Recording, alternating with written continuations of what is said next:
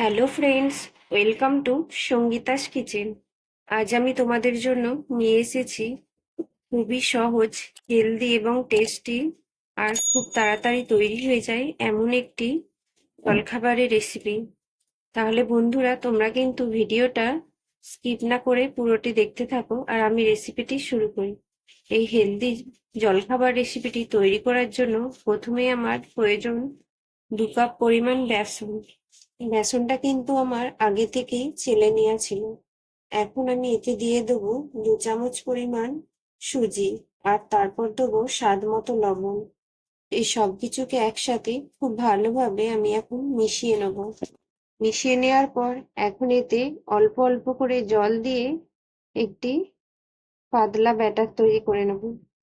তবে এই ব্যাটারটি তৈরি করতে কিন্তু একবারেই বেশি জল দিয়ে দেবে না, তাহলে ব্যাটারটি কিন্তু দরকারের থেকেও অনেক বেশি পাতলা হয়ে যেতে পারে। তাই অল্প অল্প করে জল দিয়ে এইভাবে ব্যাটারটি তৈরি করে নেবে।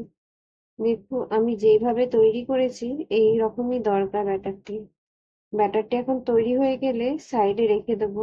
এর জন্য আমি নিয়েছি একটি পেঁয়াজ, একটি গাজর ও কাঁচা লঙ্কা। পেঁয়াজ ও কাঁচা লঙ্কাটিকে আমি কুচিয়ে নিয়েছি এবং গাজরটিকে গ্রেড করে নিয়েছি। এরপর নেব 150 গ্রাম মতো পনিরকে এই গ্রেডারের সাহায্যে গ্রেড করে নেব। এটি ভালোভাবে গ্রেড করা হয়ে গেলে এখন সাইডে রেখে দেবো।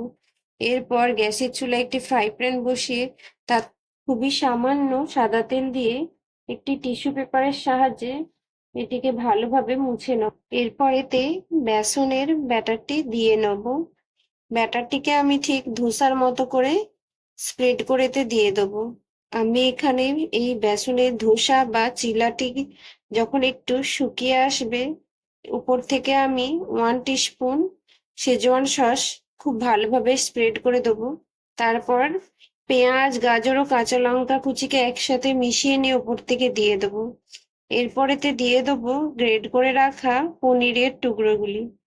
তারপর ওপর থেকে স্বাদ মতো লবণ দিয়ে দেবো।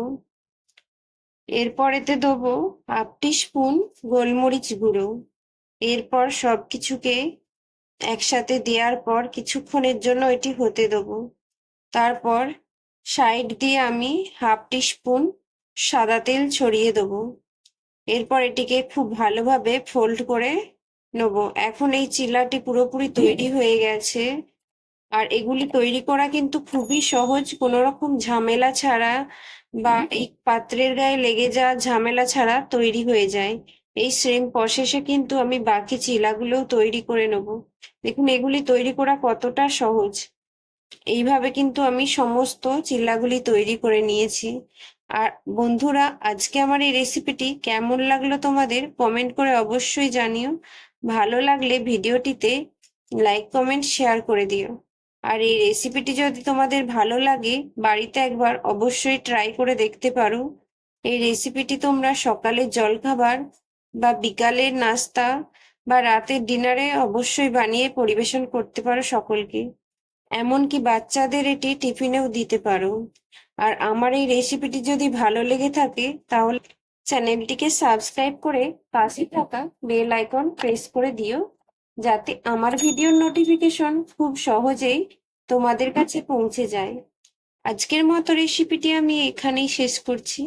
দেখা হচ্ছে খুব তাড়াতাড়ি অন্য কোনো নতুন স্বাদের নতুন রকমের রেসিপি নিয়ে। ভালো থাকবেন ও সুস্থ থাকবেন। ধন্যবাদ।